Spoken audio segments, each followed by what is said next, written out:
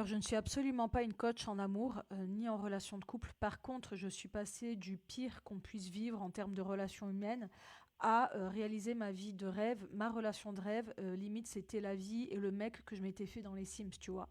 Donc, je pense que de mon expérience, je peux te donner quelques clés que j'aurais bien aimé qu'on me donne à l'époque. Déjà, il y a une chose que j'ai remarqué, nous femmes, quand on accepte des choses qui sont pas acceptables, c'est que nos parents, soit notre père, soit notre mère, ne nous a pas appris à nous respecter et surtout on ne sait pas se satisfaire nous-mêmes, enfin à nous seuls en fait, et on est un peu dans cette dépendance affective.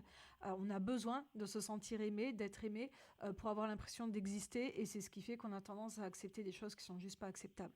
Donc déjà ça là, faut bien le comprendre. Que si tu acceptes qu'on te manque de respect, c'est parce qu'en fait tu t'aimes pas assez pour te faire respecter, et je te rassure, ça se travaille. Bref, il y a des choses, c'est mort d'entrée et j'aurais aimé qu'on me le dise. Par exemple, quémander de l'attention. Si tu sens que t'es pas la priorité de la personne, c'est bon, next. T'es pas là pour galérer, t'es pas là pour ramer en fait. La relation saine, elle est censée être fluide parce que des deux côtés, c'est bon, des deux côtés, c'est ok.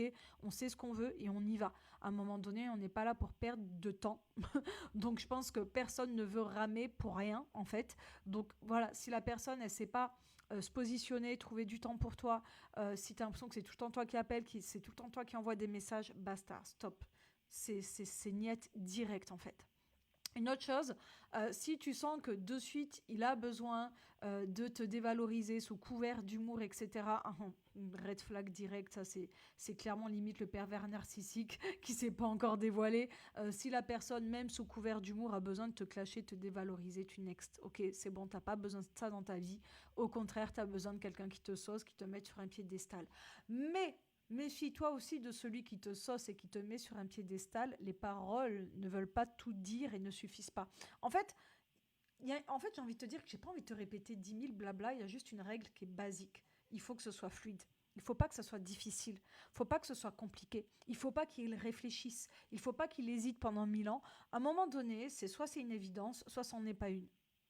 Et peut-être que cette relation-là n'est pas OK aujourd'hui, et peut-être que la vie fera que dans 3 mois, 1 an, 2 ans, ça sera OK. Mais t'as pas à galérer pour quelqu'un. T'as pas à subir une relation. Si elle te fait plus pleurer qu'elle ne te fait rire, stop. Ça suffit en fait.